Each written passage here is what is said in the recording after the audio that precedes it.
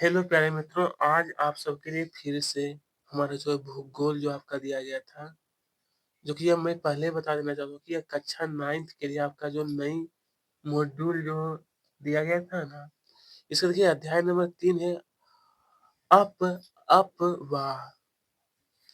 तो आइए इस अध्याय का हम लोग सभी क्वेश्चन देखेंगे। तो चलिए सबसे पहले हमारा ऑब्जेक्टिव वाला जो प्रश्न दिया है, विश्व की सबसे बड़ी अप अपवाह द्रोणी है। तो कहा है कि सबसे बड़ी अफवाह द्रोणी कौन सा है? तो यहाँ पे मेरे दोस्त आंसर जो होगा वो अमेजन अमेजन नदी। ठीक है। दूसरा क्वेश्चन रहा कि किस स्थान पर भागीरथी और भागीरथी और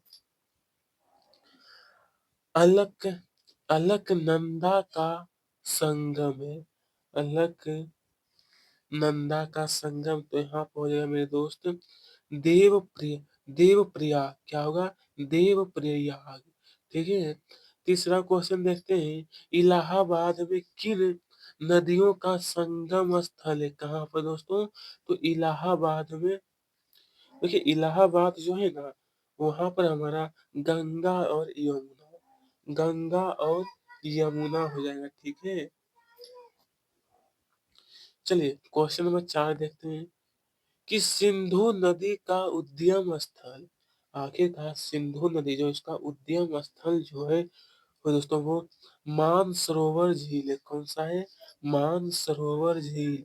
आइए क्वेश्चन नंबर 5 देखते हैं, निम्न में से कश्मीर का कौन सा शहर झेलम नदी के किनारे है?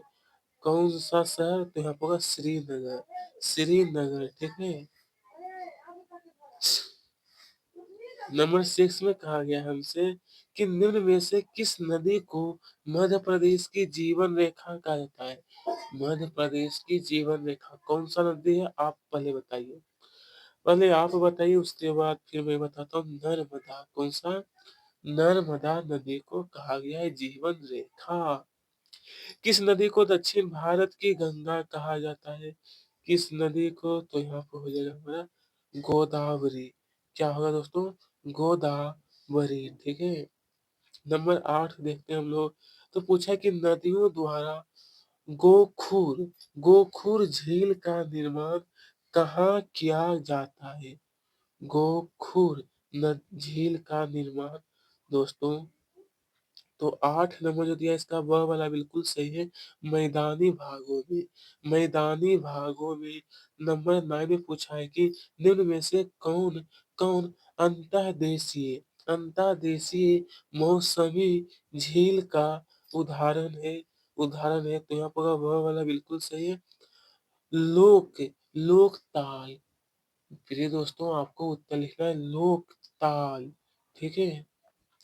चलिए इसके आगे नंबर 10 में कहा है कि नर्मदा नर्मदा नदी का उद्गम स्थल कहाँ है? आखिरकार इसका उद्गम स्थल जो है वो अमरकंटक में। कहाँ पे दोस्तों? अमरकंटक में। ठीक है।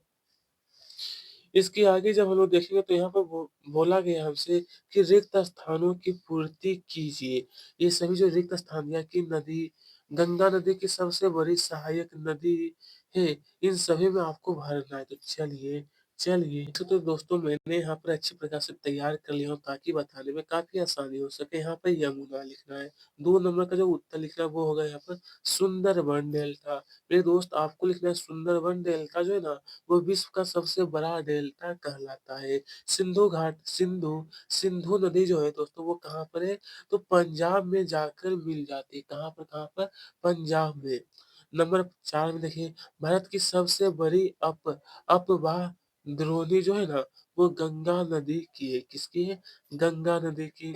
नंबर 5 पे पूछा है कि प्रायद्वीपीय भारत की अधिकांश नदियों की प्रवाह दिशा जो है वो क्या है दोस्तों? पश्चिम से लेकर के पूर्व की ओर। कहाँ से कहाँ? तो पश्चिम से लेकर के पूर्व की ओर है। ठीक है। आइए मेरे दोस्त अब देखेंगे यहाँ पर नंबर 6 में जो दिया है कि गंगा नदी का उद्गम स्थल जो है ना, आपको यहाँ पे लिखना है हिमालय।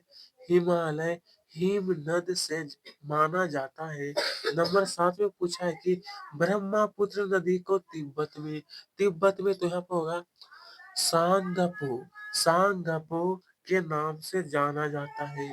उसके आगे जब हम लोग बढ़ते हैं तो यहाँ पर नंबर 8 में जो पूछा है कि कृष्णा नदी का उद्गम पश्चिम घाट में तो यहाँ पर होगा महाबलेश्वर से है। महाबलेश्वर से अमरावती में हेमावती तो यहाँ पर होगा कावेरी नदी की सहायक नदी है। किसकी किसकी? तो कावेरी नदी की सहायक नदी है ये दोनों जो है, ठीक है। एक सेकेंड। हाँ। उसके बाद अंतर्देशीय अपवाह तो यहाँ पर होगा अर्ध शुष्क क्षेत्रों में पाया जाता है। अर्ध शुष्क क्षेत्रों में। इसके आगे जब देखेंगे मेरे दोस्त तो पूछा बोला गया था सत्य और असत्य वाला प्रश्न, तो फर्स्ट नंबर जो है वो सत्य हो जाएगा। आपको क्या कहना है? सत्य लिख देना है।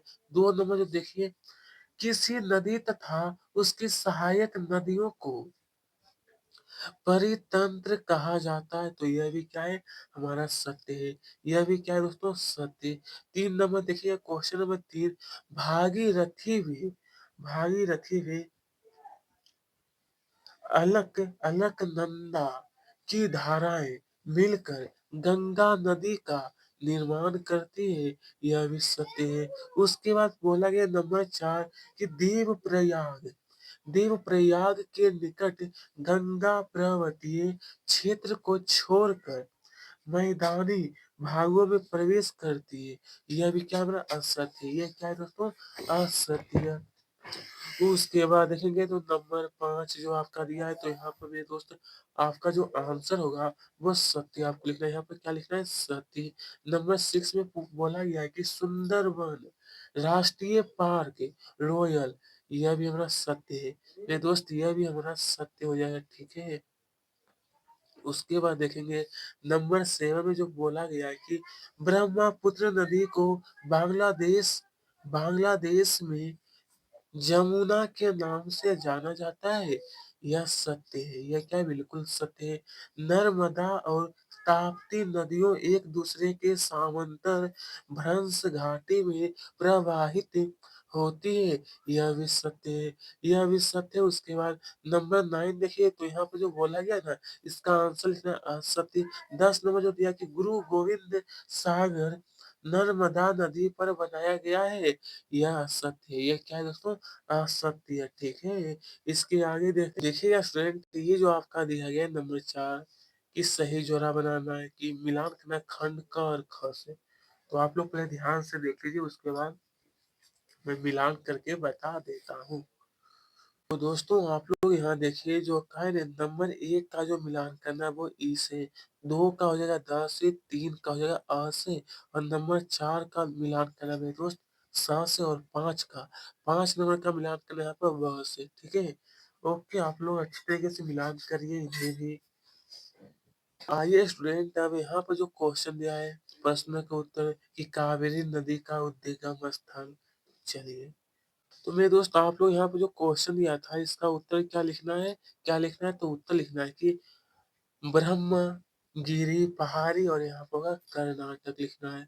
इसके आगे देखिए दूसरा क्वेश्चन जो दिया है नागा अर्जुन सागर नदी जो है ना, नदी परियोजना किस नदी पर है? कौन से नदी पर है? तो आपको उत्तर लिखना है वो कृष्णा कृष्णा नदी पर है, ठीक है। तीसरा क्वेश्चन देखिए, क्वेश्चन नंबर 3 में फिर पूछा गया है कि ताप्ती नदी का मध्य प्रदेश के किस जिले से उद्गम है?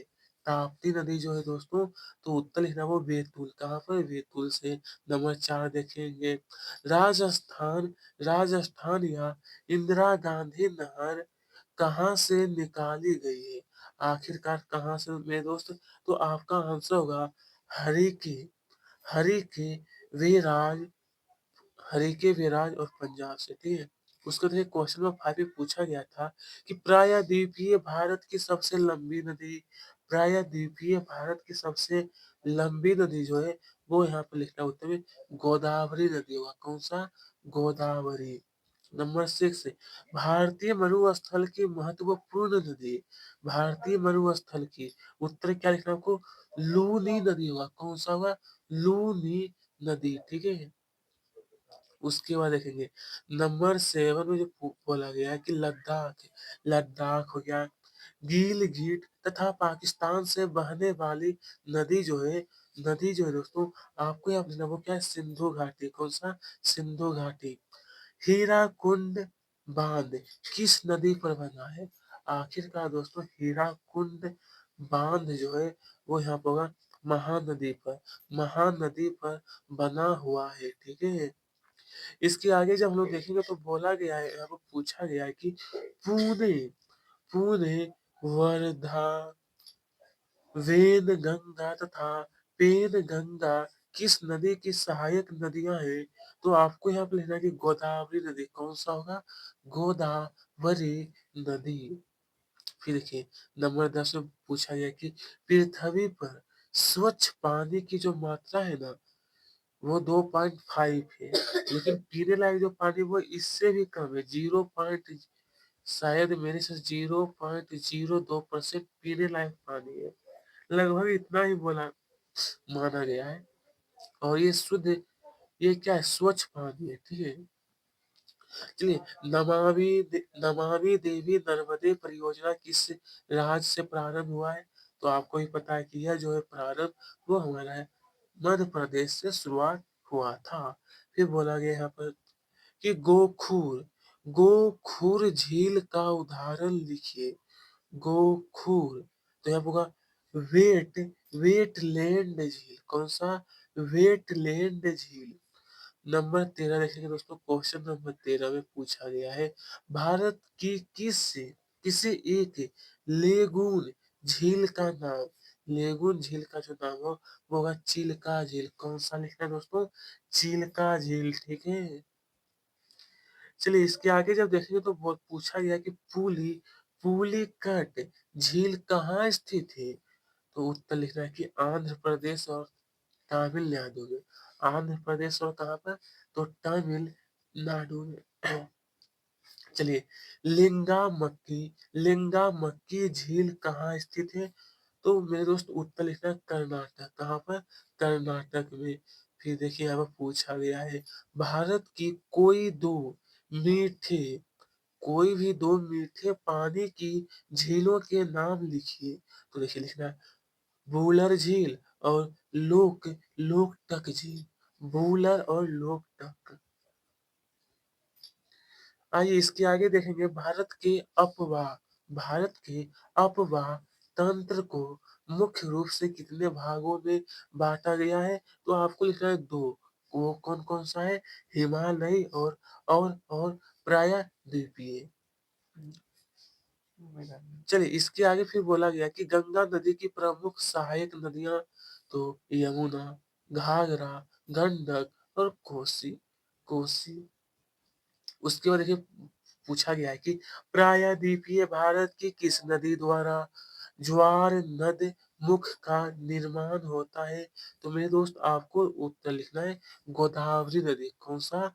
गोदावरी नदी।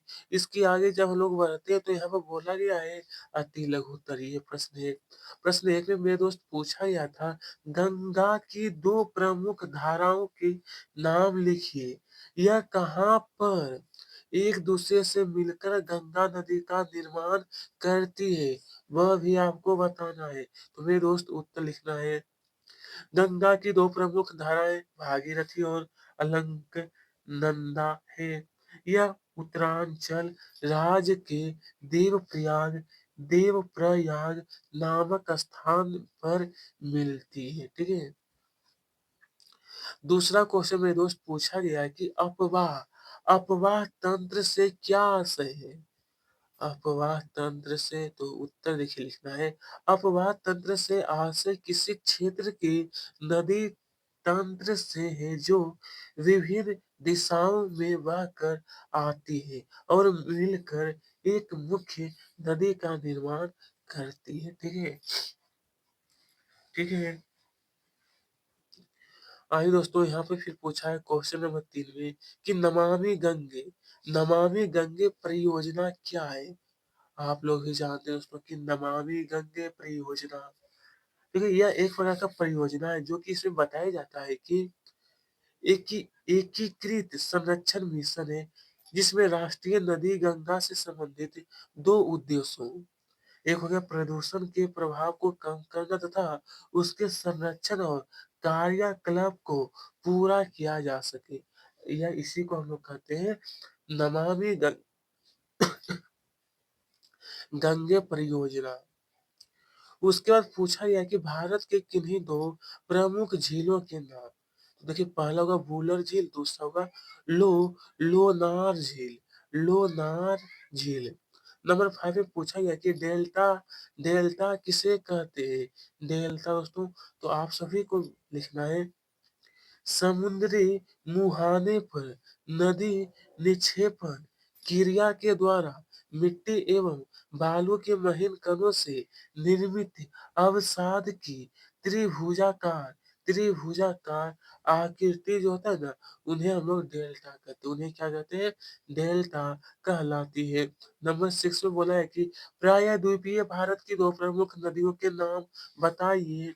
तो आप सभी को लिखना है कि प्रायद्वीपीय भारत की 2 प्रमुख नदियां हैं। यहाँ पर आपको बताया कि पहला गोदावरी एवं कृष्णा। गोदावरी एवं क्या बताया गया है दोस्तों? कृष्णा, ठीक है। क्वेश्चन नंबर 7 में पूछा गया है कि सिंधु एवं गंगा नदियां कहाँ से निकलती है? सिंधु एवं गंगा नदियां, तो मेरे दोस्त उत्तर लिखना है सिंधु नदी का उद्गम मानसरोवर झील के निकट तिब्बत से निकलती है। गंगा की मुख्य धारा भागीरथी, गंगोत्री, हिमानी से निकलती है। हिमालय हिमानी से क्या होती है? निकलती है। उसके बाद यहाँ पर प्रश्न 8 में मेरे दोस्त पूछा गया ना, क्वेश्चन नंबर 8 में जल विभाजक का क्या कार्य है? एक उदाहरण दीजिए। मेरे दोस्त वह उच्च भूमि जो पड़ोसी अपवाह स्रोतों को एक दूसरे से अलग करती है, जल विभाजक कहलाती है। उदाहरण के लिए अम्बाला सिंधु और गंगा नदी प्रणाली के बीच जल विभाजक पर स्थित है। कहाँ पर? जल विभाजक पर स्थित है, ठीक है।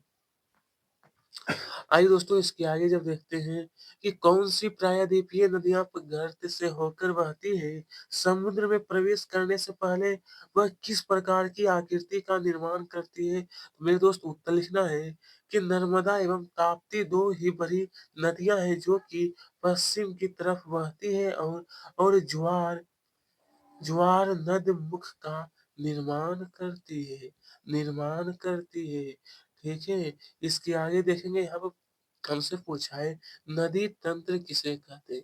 आखिरकार मेरे दोस्त नदी तंत्र जो है वो काय किसे कहते हैं?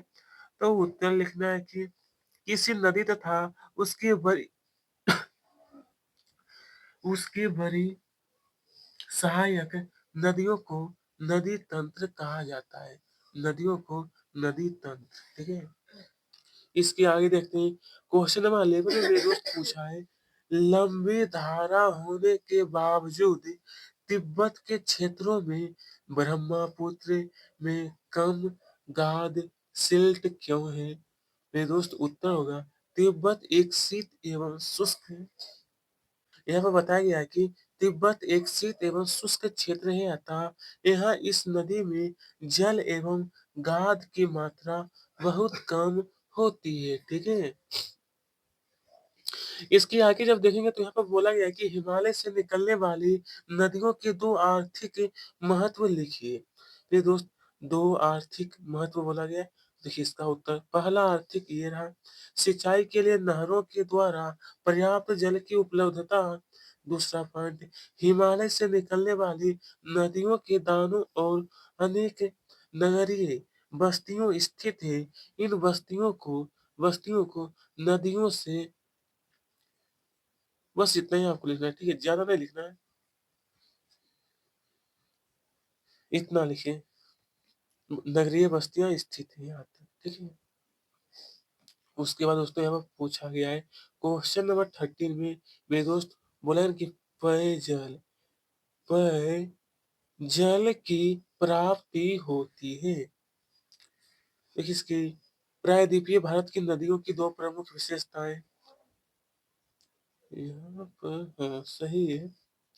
देखिए पहला पॉइंट आपको ये लिखना है, दूसरा पॉइंट ये रहा कि यह नदियाँ उथली घाटियों में बहती है और तीसरा अंतर ये लिखना है, तीसरा पॉइंट जो है, तीसरा पॉइंट यहाँ पे बोला है तो तीसरा पॉइंट आपका यह रहा। चलिए दोस्तों यहाँ पर फिर बोला गया है, उत्तर भारत की नदियों और दक्षिण भारत की नदियों में 2 अंतर। उत्तर भारत की नदियाँ पहला पॉइंट ये रहा। दूसरा पॉइंट ये, यह भारत की नदियों में कम जलप्रपात पाए जाते हैं। उत्तर भारत की नदियाँ यातायात के अनुकूल है। किसके? तो यातायात के अनुकूल। उसके बाद यहाँ पर बोला गया कि दक्षिण भारत की नदियाँ, इसका पहला पॉइंट ये रहा। पहला पॉइंट जब नोट करिएगा तो दूसरा पॉइंट फिर दिया गया है। यहाँ की नदियों में अधिक जलप्रपात पाए जाते हैं। क्या होते हैं? अधिक जलप्रपात। तीसरा पॉइंट आपको ये लिखना है, दक्षिण भारत की नदियाँ यातायात के लिए विशेष उपयोगी नहीं है। क्या नहीं है? तो विशेष उपयोगी, ठीक है? चलिए, नदी प्रदूषण कम करने के 2 उपाय लिखिए। 2 उपाय आपको बताना है। तो मेरे दोस्त, औद्योगिक कचरे को नदियों में प्रवाहित करने पर प्रतिबंध लगाया जाए। दूसरा पॉइंट, सीवेज लाइनों को जल को परिष्कृत किया जाए, परिष्कृत किया जाए। इसके आगे फिर बोला गया है, किसी किसी देश की अर्थव्यवस्था के लिए नदियां महत्वपूर्ण क्यों है? किसी देश की अर्थव्यवस्था के लिए, तो देखिए लिखना है कि नदियां महत्वपूर्ण है, हम निम्न बिंदुओं से स्पष्ट कर सकते हैं। ठीक है, तो यहाँ पर देखिए दोस्तों, पहला पॉइंट आपका ये रहा कि पानी की प्राप्ति। दूसरा पॉइंट ये होगा कि उपजाऊ मृदा, इसके बारे में देखिए लिखना है, ये नई मृदा बिछाकर उसे खेती योग्य बनाती है। नदियां अपने साथ उपजाऊ मिट्टी बहाकर लाती है जो कृषि के लिए। दूसरा पॉइंट। और तीसरा पॉइंट ये है, बस्तियों का निर्माण। इसके बारे में मेरे दोस्त आपको इस प्रकार से उत्तर लिख लेना है, ठीक है? चलिए इसके आगे जब बढ़ेंगे तो यहाँ पर बोला गया है कि झीलों का आर्थिक महत्व। आखिरकार झील जो है ना, उसका बोला है कि उसका आर्थिक महत्व क्या है? तो देखिए, नौका वहन, नौकायान के माध्यम झीलों से धन में आय की प्राप्ति होती है। दूसरा पॉइंट ये हो जाएगा। दूसरा पॉइंट ये लिखिए, फिर तीसरा पॉइंट आप लोग जो देख रहे हो कि जलीय खेलों का आयोजन, यानी झीलों में कई प्रकार के जलीय खेलों का आयोजन होता है। फिर भी दोस्त ये चौथा पॉइंट रहा, इसे भी आप लोग नोट कर सकते हो काफी आसानी तरीके से, ठीक है? तो इसी के साथ हम लोगों ने इस अध्याय को भी संपूर्ण हल आपको करवा दिया। धन्यवाद।